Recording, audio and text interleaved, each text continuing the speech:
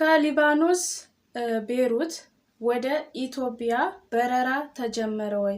እንዲሁም ደግሞ እዚሁ ቤይሩት ሊባኖስ ያላችሁ መዳም ቤት ኮንትራት የሚሰሩ ወረቀታችን አልተሰራልንም፣ አመት ሆነን 8 ወር ሆነን ምን እናድርግ ብላችሁ ለጠየቃችሁኝ ዛሬ መልስ ይዤላችሁ መጥቻለሁ። እስከ ቪዲዮ ፍጻሜ አብራችሁ ቆዩ። ሰላም ጤና ይስጥልኝ ውድና የተከበራችሁ የሸዋሊ ቲዩብ ተከታታዮቼ እንዴት ናችሁ? ደህና ናችሁ ወይ? እኔ እግዚአብሔር ይመስገን በጣም ደህና ነኝ። የእናንተም ሰላም በያላችሁበት ቦታ በዚህ ተረፍረፍ ይበልልኝ።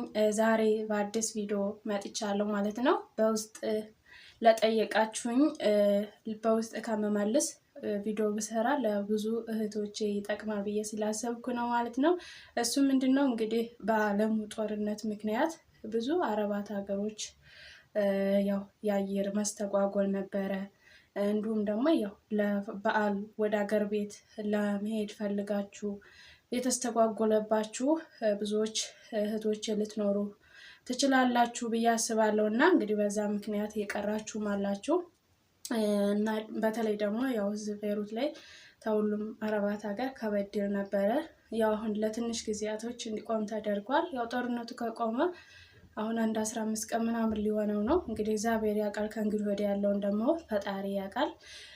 እና አሁን ከቤይሩት ከሊባኖስ ቤይሩት ወደ ኢትዮጵያ ዛሬ በውጪዎቹ ኤፕሪል 29 በኢትዮጵያ ደግሞ ሚያዝያ 21 ማለት ነው ዛሬ ይጀመራል ማለት ነው። እንግዲህ ትኬት የቆረጣችሁ ያው ዛሬ እና ነገንም ተነገ ወዲያም እያለ ልትገቡ ትችላላችሁ። ደግሞ መሄድ የፈለጋችሁ ሀምራ የአየር መንገድ ቢሮ ሄዳችሁ ያናገራችሁ ትኬት እየቆረጣችሁ መመለስ ትችላላችሁ፣ መሄድ ትችላላችሁ ማለት ነው። ምክንያቱም አሁን ከኢትዮጵያ አየር መንገድ ወደ ቤይሩት ሊባኖስ ይገባል ማለት ነው። በፊት መኖሩ አለ።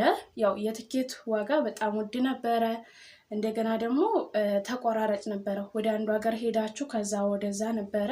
አሁን ቀጥታ መደበኛ የኢትዮጵያ አየር መንገድ መጥቶ ይወስዳችኋል ማለት ነው። እንግዲህ ከእንግዲህ ወዲህ ያለውን ደግሞ ፈጣሪ ያውቃል፣ እግዚአብሔር ያውቃል። መሄድ የምትፈልጉ ያው ባለው ጦርነት ምክንያት ለበዓል ለትንሳኤ መሄድ አስባችሁ ከቤተሰብ ጋር በዓልን ለማዋል ያስባችሁ የተስተጓጎለባችሁ ብዙ እህቶች ልትኖሩ ትችላላችሁ። እንግዲህ እግዚአብሔር ባይፈቅደው ነው፣ ፈጣሪ ባይፈቅደው ነው። ከቻላችሁ ያው አሁንም ያው ነው። ምክንያቱም ለቤተሰብ አሁንም ያው አዲስ ናችሁ፣ ናፍቃችሁ ነው የቆያችሁት ቤተሰባችሁን ማለት ነው። አሁንም ሄዳችሁ ቤተሰቦቻችሁን ማየት አይታችሁ መመለስም ትችላላችሁ ማለት ነው። እንግዲህ ሀገሩ ሰላም ከሆነ ማለት ነው። ግን እኔ አሁን ጠቅልላችሁ ሄዳችሁ ነው። ግን ተመልሳችሁ የምትመጡ ቢያንስ ለ2 ወር ምናምን ፍቃድ ይስጧችሁ።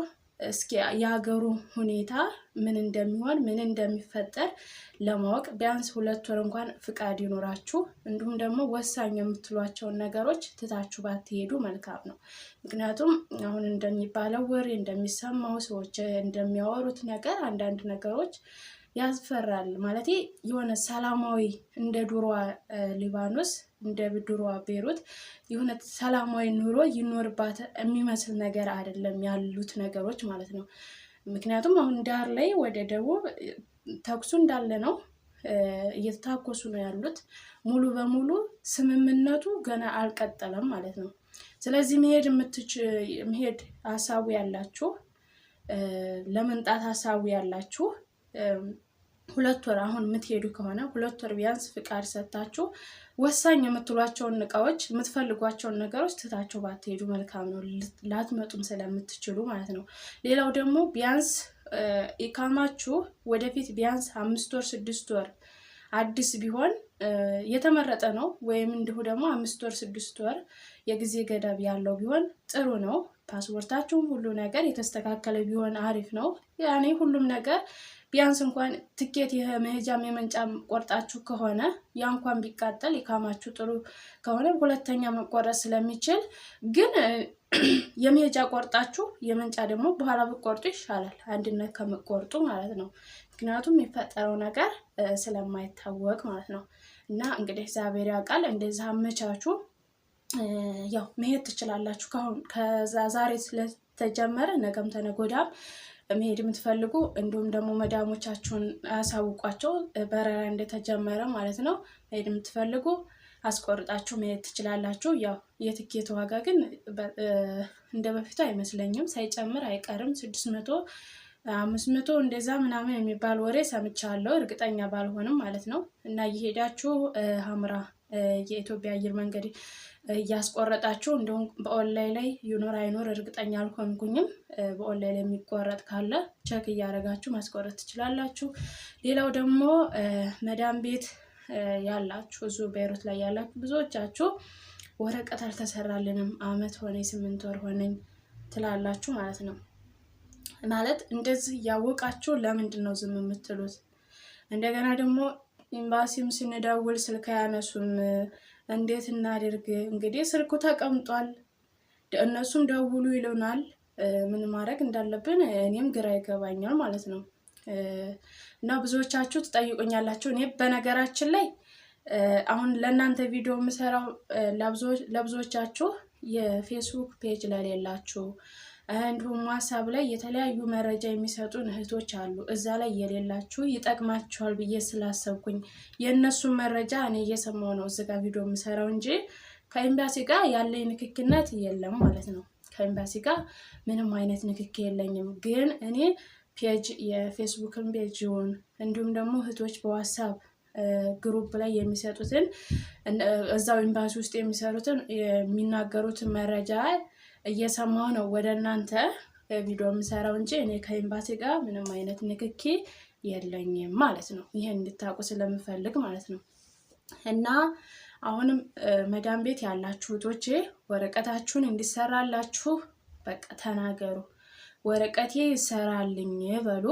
ስልክ ደግሞ የኤምባሲዎቹን ቁጥር በተደጋጋሚ ለመደወል ሞክሩ። አብዛኛው ጊዜ ደግሞ ሪካርድ አስቀምጡላቸው። ሪካርድ ስታስቀምጡ ሪካርዱ ሊሰሙት ይችላሉ። በደወላችሁ ሰዓት ምናልባት የስልክ መብዛት ሊኖር ስለሚችል ማለት ነው። እንደዛ አርጋችሁ እናንተ መጀመሪያ ወደ አረብ ሀገር ስትመጡ አብዛኞቹ እህቶች የምትሸወዱት የኤምባሲ ቁጥር አትይዙም፣ የመጣችሁበትን ቢሮ ቁጥር አትይዙም። በዛ በቃ የትም ብክንክን ብላችሁ የትም ትወርቃላችሁ፣ መከራ ስቃችሁን ታያላችሁ። እና እንደውም አንድ እህቴ በውስጥ መታ ከመጣው 1 አመት ምናምን ሊሆነኝ ነው፣ ግን ወረቀት አልተሰራልኝም፣ ፓስፖርት የኔ ስጡኝ፣ ሌላ ቤት ቀይሬ ሰራለሁ አለችኝ።